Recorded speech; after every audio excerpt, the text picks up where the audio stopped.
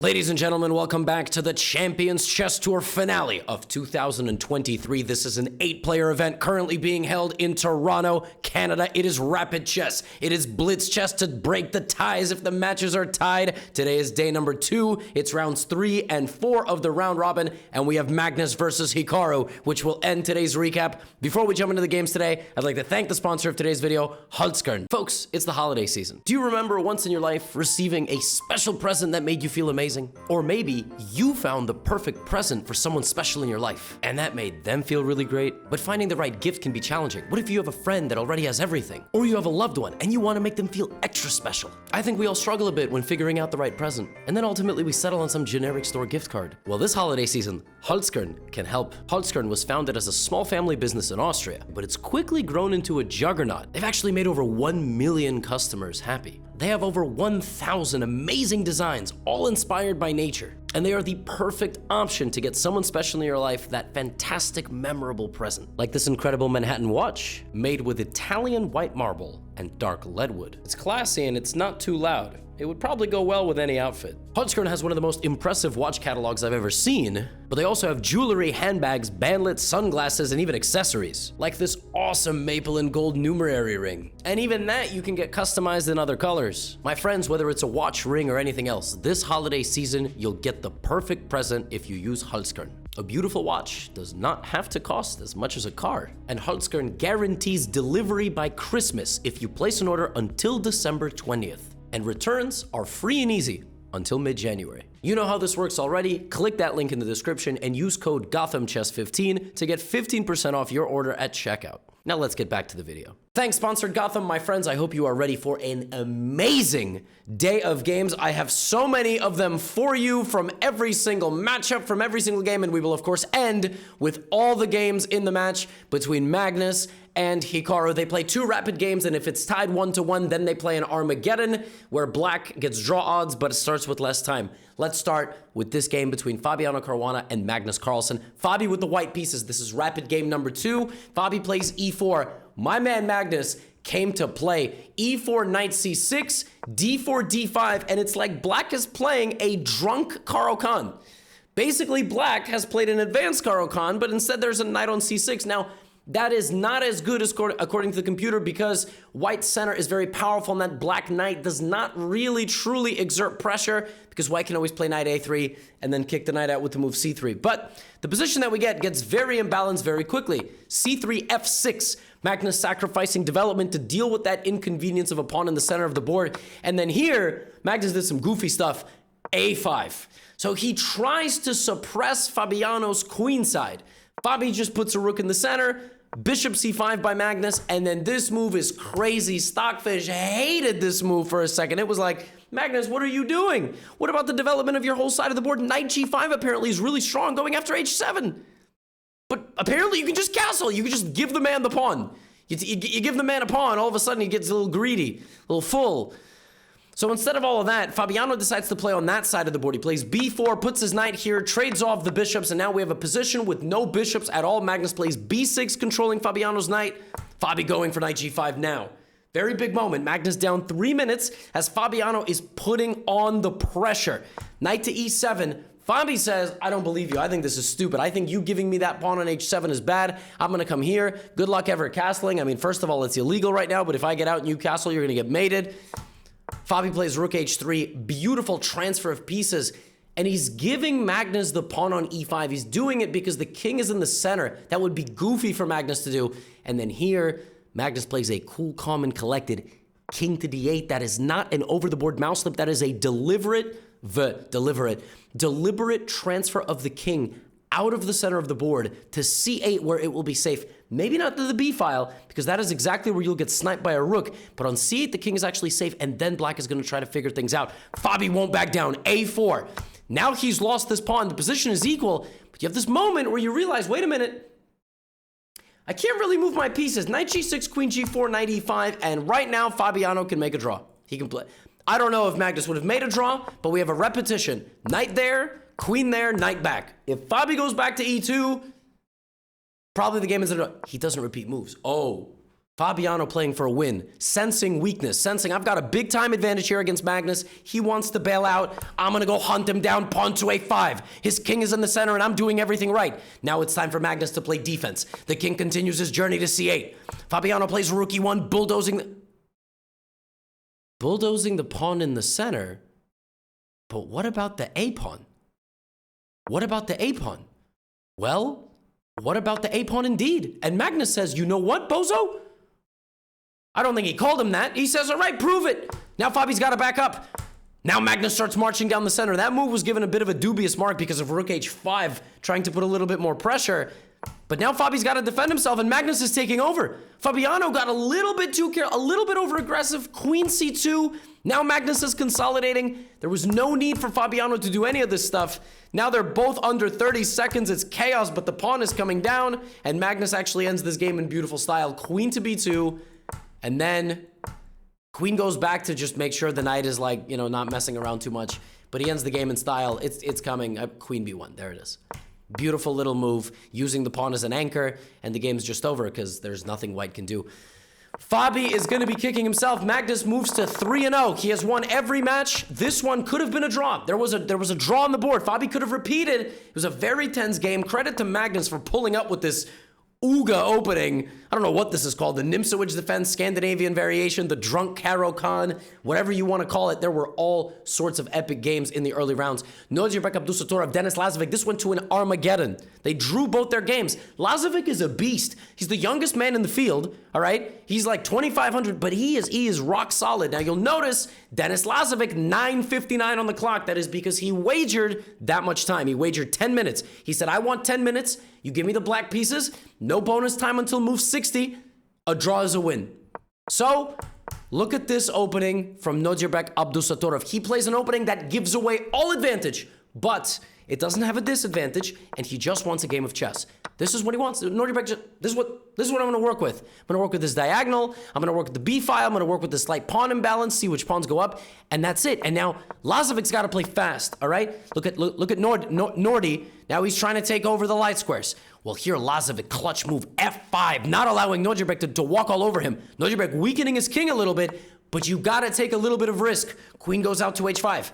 Bishop back to e7. Remember, Denis got to play fast. He took that time disadvantage. Look at that idea by Nozirek, rejoining his pawns together to have good light squared control, work with that b file. He's going to try to grind down the grind master. Not the grandmaster, but the grind master. That's what Denis Lazavik is. Nozirek looking for any imbalance he can find. Look at him knight dancing. Knight dancing. He grabs the bishop. Knight danced all over the board. Now it grabs the bishop on g6. He's still got over 4-minute time advantage on the clock. He has the bishop pair. The bishop pair as well. King g2. Now he says, take the bishop pair. Because if you do, I'm going to put my rook here. That's an isolated pawn. It's a pawn with no neighbors. And I control the square in front of it. It's a lone pawn. It's an isolated pawn. Lazavik is trying to create counterplay. Denis just in time, defending his king, reapplying pressure. This is a master class in how to apply positional pressure. Finally, another domino has fallen. But look at Lazavik. You got to give credit. You got to give credit to Lazavik. He's gotten the time advantage to within a minute. But nice little Zwischenzug in between move. And Nozirek is a pawn up. And he's looking to convert. He's got to defend himself. Good defense by Lazavik. Oh my god, the worst pawn structure of all time for white. All pawns are isolated. King f3, king e3. But as fate would have it, Nozirek would go on to grab as many pawns as he can as he runs out of the casino with all the chips in hand. It takes over 60 moves of this game for him to get a decisive advantage. But he gets one. And this is over. Rook g3, you threaten a check, you threaten to trade the rooks. Rook g8 and the king is stuck. King can't get off the a file in time, and Nozirek wins. He gets on the scoreboard. He lost both matches yesterday, I think. Yes, he lost both matches yesterday at 0 points. So big start for to the day for him. Wesley So, Maxime Vachier-Lagrave. Wesley So lost game 1 of this match, and then he won game 2. So he lost with white. And then he had to win with black, and he did. So they go to an Armageddon. Wesley starts with 8:59 on the clock. He starts with less than 9 minutes, and before the game even started, they interviewed him. It looked like they were holding him hostage, and he was like, oh, I really regret that. Wesley said, I really regret that. I think I've made a big mistake because now he's down 6 minutes of clock time. That's ridiculous.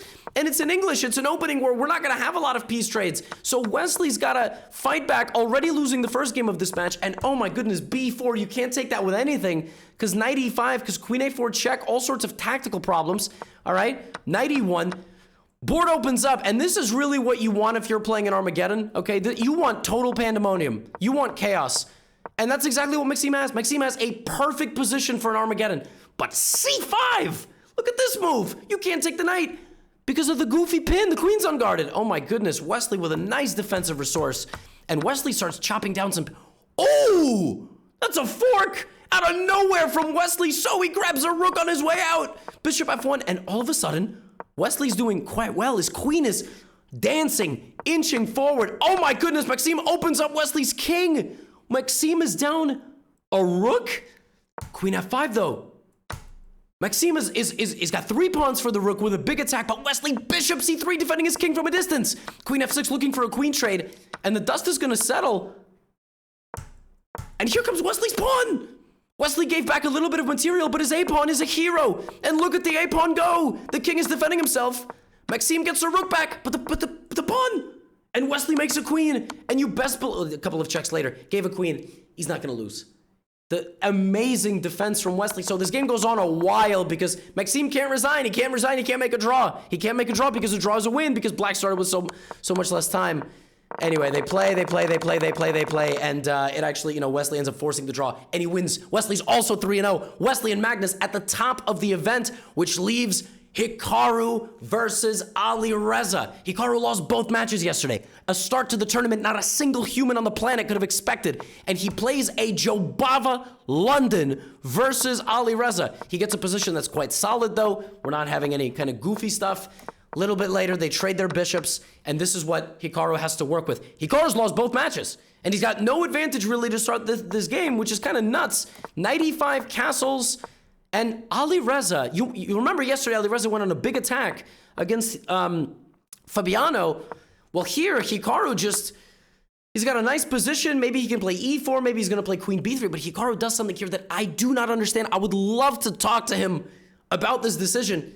He takes the pawn and allows Ali Reza to open up his rook, which just seems like it plays directly into Ali Reza's style. Probably Hikaru... I mean, there was obviously a reason he did that, right? Like, maybe he just thought f5 was coming. Like, maybe he thought it was going to happen anyway.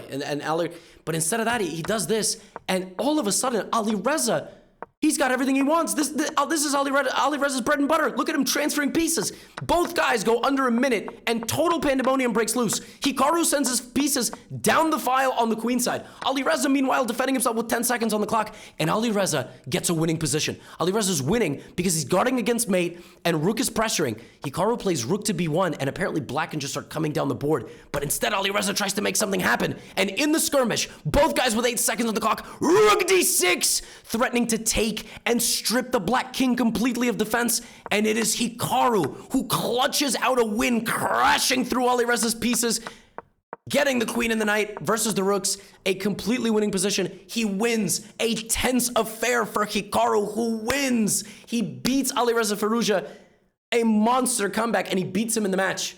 Yesterday, Ali Reza was beating Fabiano, so now Ali Reza's got as many match wins as Hikaru, 1 out of 3. 1 out of 3 for Hikaru as well. Lazavik still not on the board. Wesley and Magnus 3-0. Fabiano there in the mix with everybody as well.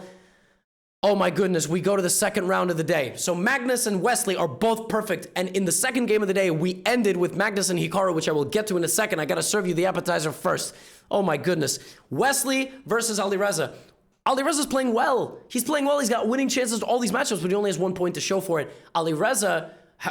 Wesley, however, is perfect. And they went to an Armageddon. And Ali Reza outbid Wesley. They drew their 2 rapid games. They go to Armageddon. And Ali Reza outbids Wesley so. So he starts with 850. E4, E5, Petrov. Wow, Ali Reza playing a Petrov. That is wild. This is called the classical variation. Castles, bishop f5, aggressive play by black. Brings the bishop back to d7. Opposite side castling. Ali Reza's got him right where he wants him, but he's got him right where he wants him with a 5-minute time disadvantage. That's how Armageddon works. So h4, h5, look at this aggressive play from Wesley. Wesley's winning the tournament. He's won every match. He's beaten everybody. He beat Hikaru, right? He beat MVL. He just won the earlier round as well. I mean, he's on fire. King B1. Bishop F4. Bishop E2. Slow play, right? Oh, well, now we're not slow playing. Now the sides are clashing. A6, C5, G4, everybody going. Knight F5, takes. But where's the attack, right? Like, black's rock solid. You're not gonna, there's no pawn you can use to break through. Oh, but that pawn's really weak. Out of nowhere, Alireza guards his king, but he loses the pawn on D6. So Wesley's now up 4.5 minutes on the clock, and he's got a pawn on the way out, and he's just got to grind this endgame down. Now, what Wesley won't do here is play this. You don't want the opposite-colored bishops. Opposite-colored bishops skyrocket the drawing chances despite the material advantage. So rook to D1, bishop G5, and Alireza's like, all right, let's go. Hands like this, come get some. You get close, I'm gonna duck under, I'm gonna throw a hand, I'm gonna throw a kick, something. And now it's just, can Wesley turn the screw? Knight C6, bishop F3 applying the pressure, pawn to B. Oh, well, it looks like Wesley doesn't have to turn the screw very much at all. Those pawns are falling. It was very difficult to defend this position because of all the pressure of the bishops. And the game ends on the 28th move. That was the buildup. Wesley wins. Wesley beats Alireza. Wesley just beat MVL. Wesley beat Lazavik. And Wesley beat Hikaru. He's 4-0. He has won every match. He's got 7 matches to play. He's won every match so far. This is crazy. Absolutely nuts. This man is crushing. He hasn't played Magnus yet. But at this point, 4-0 for Wesley So. I mean, this is just spectacular stuff from this man. Resurgence. There were crazy other matchups, though. Maxime versus Lazavik. Denis Lazavik and Maxime Vachier-Lagrave. 2 draws. So Lazavik is the man. Like, Lazavik drew Magnus. Lazavik took a draw off Wesley. Lazavik drew Norderbeck twice. He drew MVL twice. He goes to an Armageddon. MVL outbids him. So MVL's got black. Denis has to beat MVL. Denis has not won a game in the entire tournament. He's making a lot of draws, but he hasn't beaten anyone quite yet because his style is a little bit too solid. Little bit. Well, what better way to shed the style than in the Armageddon game against Maxime Vachier-Lagrave, and here in one of the most uber solid lines of the Queen's Gambit, except that frequently goes to an endgame where the queens are traded. Denis Lazavik plays E4, a Gambit line. The idea is knight E4, and white plays D5, rook E1, opens up that center of the board to create an attack. And MVL does not need 2 invitations to go party. B5, bishop B7, sharp position, white takes the center, knight C3, knight G5. Denis Lazavik is shedding. He is going through the metamorphosis. He is shedding the skin of positional play, and instead he is, this man is threatening mate. When was the last time Denis Lazavik threatened checkmate on move 12 of a chess game? I don't know. I don't know who this man is. Bishop F8, MVL's got to kick him out. Queen H3, and look at this. On all 3 sides of the board, Denis Lazavik has risen. Bishop C2, he completely covers the squares of the king, so MVL's king is stuck in the center. By forcing that move, you know black won't castle. Bishop back to F4. Knight D6 is coming. Queen H7 is coming. There's the knight. He bulldozes in. That pawn is a massive thorn. The dark squares are completely seized. AB, and black's position's just not equipped. That's not a mouse slip. He's just not equipped to deal with the attack, and desperately losing oxygen for these pieces. And Denis Lazavik breaks through. The rook is trapped. He's going to trap the rook. He wins the rook. He plays a beautiful clearance sacrifice here to get the D4 square. And it was a little bit of a shaky conversion, a little bit. Stockfish wasn't fully convinced, but he trades rook A6. And ladies and gentlemen, you are looking at your first match winner of the entire event. Denis Lazavik swarms MVL's king and wins a match. He has 1 point, he's on the board, and he is tied with a few other people because it is that damn close. Denis Lazavik just beat MVL. Oh, that's crazy. Oh my goodness. He no longer's got the target on his back. He's the lowest rated player. Everybody's of course looking at Denis like, oh, I got to beat this young man. I got to. No.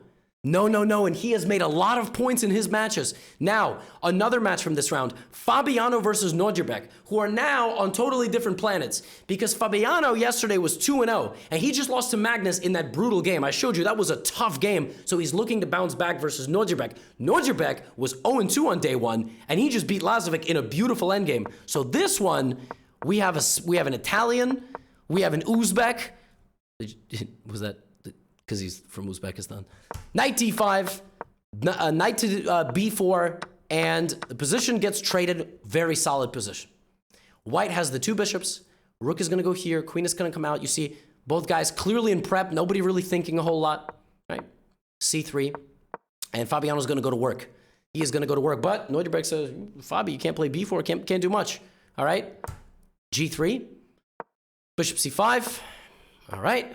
Nice and solid. Both guys bring in their rooks. Good pressure. You know, bishop c1. All right. All right. Now Neuderbreck's asking a couple questions here about the white position. What's white going to do? How's he going to defend against f2? Rook d1, all right, rook d8. Very tense, but like nobody can really break through. And then suddenly start going like some weaknesses here could be developing. A little bit of who's gonna guard this guy? Oh, no, nobody. Nobody's gonna, okay, nobody. We're just letting, okay, fine, he's getting taken. Knight goes back to g6. Knights versus bishops. I mean, traditional wisdom tells you white should be better here, but black is so solid. He controls this. The knight is solid on the d5 square. So, I mean, this is... Okay, well, I mean, Fabi is looking, it's a very tense position, and then Fabi takes the knight. He really didn't like that knight, but now Fabi's got an isolated pawn, which is protected by his bishop, but that's a bit of a weakness as well. And look at the time. Fabi clearly frustrated, he can't break through, down 5 minutes. And my friends, Neuderbreck Abdusattorov begins consolidating and completely preventing Fabi from breaking through, but Fabi starts repositioning and he gets that pawn. But that's not gonna cut it, because suddenly white's king is wide open. The queen takes the pawn back. The bishop is hanging. That's a threat. Oh my goodness, it is brutal stuff here. Rook on d3. Fabi's down to 30 seconds. He has 30 seconds on the clock and he has to give up a queen. Queen c1. Desperado, sacrificing the queen and getting it back. And black is winning. The worst nightmare comes true. Neuderbreck defends perfectly, and Fabiano has not gotten over the tilt from the previous matchup. This might be a draw. Like, there are some drawing chances here. Sometimes this is a fortress. There's a way to, like, not lose this, but he gets the rook to the perfect square, and that's it. He breaks apart white's fortress. And this one takes 84 moves, and Fabiano Caruana goes down in 2 games. Neuderbreck wins both his matchups on the second day of the event, and Fabiano loses both of his matchups on the second day of the event, losing to Magnus and Neuderbreck. Crazy. A crazy tale of 2 matchups. And now it is the marquee matchup. Magnus Carlsen, Fabiano Nakamura. And here it is. 2 rapid games and an Armageddon if they need it. This is a big matchup. This is not the finals, but it's a big one because Magnus is 3-0. Hikaru just beat Alireza. Can he bring some of that momentum? Oh yeah, game 1, Hikaru shows up with a mirrored Queen's Gambit. Find me the last time in a serious event, rapid, classical, that happened. That looks like a mouse slip. I mean, this just looks like 2 500s. You know, I mean, at this point, we might as well do this. I guarantee some of you bozos watching this video have done this with your friends, all right? A mirrored Queen's Gambit, and it works to perfection. Magnus gets caught off guard. He tries to create like just a solid structure, but Hikaru develops all his pieces, and then Magnus plays an inaccurate move. Here the computer is just saying, you gotta play bishop e3, you gotta slow play it. Magnus tries to make something happen right now. Hikaru spends 6 minutes, but gets out of dodge. And bishop f3, clutch move e4. It looks like black is just falling apart with the king in the center, but it's just, black is quick.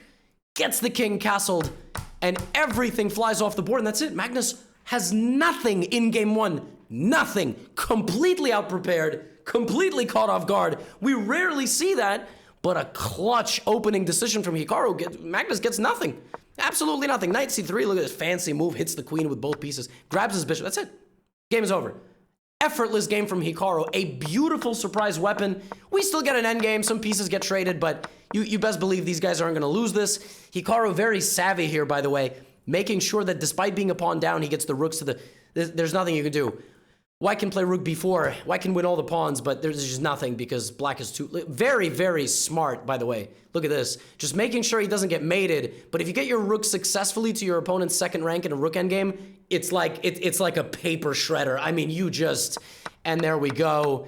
And, you know, Magnus is real good, but he's not beating Hikaru in this endgame. He might not even beat me in this endgame. I mean, he probably will more often than he, you know, beats Hikaru. But this is a very tough endgame to lose with black or with white. You would lose it with both colors, but that's besides the point. And the players make a draw. Excellent game one. Now, Hikaru game number 2 with the white pieces plays my favorite. He's been busting this out all tournament. I gotta give the man props. Bishop f6. All right. Super imbalanced opening. Bishop b4. Magnus, you know, like applying the pressure from the early stage. I mean, queen b6. It really... Hikaru's just getting the castle safely, but Magnus has the nice 2 pawns in the center, 2 bishops. Hikaru's opening gamble here, not quite paying off as much as it did last time. It's easier to succeed with an opening gamble when you play black than it is with white. But now the good news for Hikaru is he can always bail out. That's the thing. Like, worst comes to worst, it's going to be minus 0.2, but he grabs the bishop, opposite colored bishops, 5 pawns each. These guys are really, really good. Hikaru repositioning his bishop, gets the king out of the pin. And now it's time to trade, and we're going to an Armageddon. I think you can tell. Both guys, strong, nothing to choose between them in these 2 rapid games. We go to Armageddon. One funny thing about the Armageddon, Hikaru wagered a certain amount of time. Magnus wagered 15 minutes. Magnus turned over the piece of paper as a tissue. It'd be weird if he was carrying a tissue around. And it said 15. This man, unless I misread that, but I saw it, I was out at the time. I could be completely wrong. I thought an image was shared. So Magnus says, I want white. Hikaru wagers 940. So Magnus just gives Hikaru black, which was kind of like a power move a little bit. He says, I just want white, and I think I'm going to win, which is gangster. Until move 3, Hikaru plays the Damiano a second time. This man just played the same thing that he played against MVL. This is a mirror image Petrov. This used to be thought of as like a bozo opening because after queen e2, black loses the queen. But with the invention of computers, queen e2 is actually not as good as we once thought. Black can equalize, maybe. But Magnus just says, you know what? I don't want any of that garbage. I don't want any of that garbage. Bishop d3, bishop d6. He just gets a completely symmetrical position. Magnus says, all right, good job. You surprised me. Now you got to prove it. c5 from Hikaru. c4, kicking out Magnus's bishop. Knight c6, bishop e6. And the sides have reached a position of stability. Now, Magnus has to win. How's he going to do it? b3. Begins prying apart Hikaru's position. Gets rid of the pawn. Hikaru pins him. Magnus goes for the bishop. Hikaru takes. Okay, bishop pair. But now Hikaru's going to trade Magnus's other bishop, so Magnus won't have any bishop pair. Take, take, take, take. Okay. Hikaru's got the active queen. He's got an isolated pawn, but he's got good pressure. Idea over here. All right. Rook e1 gets the queen out of dodge. Magnus... He spent 3 minutes on that move. Magnus doesn't even have a time advantage anymore. Oh my God, this worked perfectly for Hikaru. They both got just under 5 minutes. This is incredible. There's no advantage anymore. Knight e4. And Magnus here finds the nifty knight takes c6. The idea is that if you take my queen, I check, and then I go here. That was the idea. And then maybe I can push your king back. But the computer says this is equal. Not only does it say that that idea is, possible, but it says there's nothing special about it. And Hikaru should go for this endgame. Plant that knight there. And then while Magnus tries to remove it, he will pressure this. He's going to play f6, king f7. That's how he's going to bring it. But Hikaru kind of believes him. And he kind of says, you know what? Fine, BC. I'm not going to take the queen. I'm not going for any of that stuff. My knight is better than your bishop. But now he gives Magnus a small imbalance. And Magnus goes God mode. Queen a5, f3, kicking out the knight. Centralization of the rook. Now Hikaru's got to take on passive defense, but we've been here before. Hikaru's done the shoulder rolls, the Philly shell, all right? The boxing comparison with chess, rook e6, he's not letting Magnus through. But in this position, Hikaru, feeling the pressure mounting, should have played something like queen e7. Even this, apparently losing this pawn is fine. I don't know why you would ever do that. But Hikaru goes here in the tensest moment of the game, and suddenly the dark squares are fatally weak. Apparently he had to just not touch the g-pawn. But the pressure was building, and in the critical moment, Magnus seizes control of the game. He is forcing Hikaru's king out, and now he's grabbed the pawn, and it's bad news. Queen c7, king h2, Magnus dominating the dark squares. Don't rush with the trade. Bishop f4. He's gonna get the bishop to g5. Oh, no, he's not. No, he's not. Wait a minute. Wait a minute. Oh, now f4, and that's gonna do it. Because when you get rid of that pawn, you have the passed h-pawn. Magnus now just brings the king back, king f3, and that's it. He's gonna get that pawn, and Hikaru resigns. Hikaru just resigns because he's 2 pawns down in an endgame. And Magnus Carlsen wins against Hikaru and finishes the day 4-0. Ridiculous. Absolutely. That was a vintage Magnus game. You gotta give credit to Hikaru, who started the game down 5 minutes and managed to get to a position where it was equal. I mean, it was equal. Magnus was still the one calling the shots, but oh my goodness, what a fight. And these are your standings. After 4 rounds of action, if it ended right now, Magnus and Wesley move on to the semifinals automatically. Nodierbeck, Fabiano, Denis Lazavik, and Maxime Vachier-Lagrave would play amongst each other. Hikaru and Alireza would be going home because of the match points. Denis Lazavik has more match points than the other guys. Crazy. I think this is accurate. So Hikaru and Alireza have 3 rounds remaining to change these standings. That is nuts. That is so close. I will see you all tomorrow. Shout out to Holzkern once again for sponsoring the video. You can check out their link in the description. Guys, what an event. This is nuts. Pandemonium. We have 2 more round robin recaps to go and a survival stage. Champions Chess Tour Finals. I hope you're enjoying. Get out of here.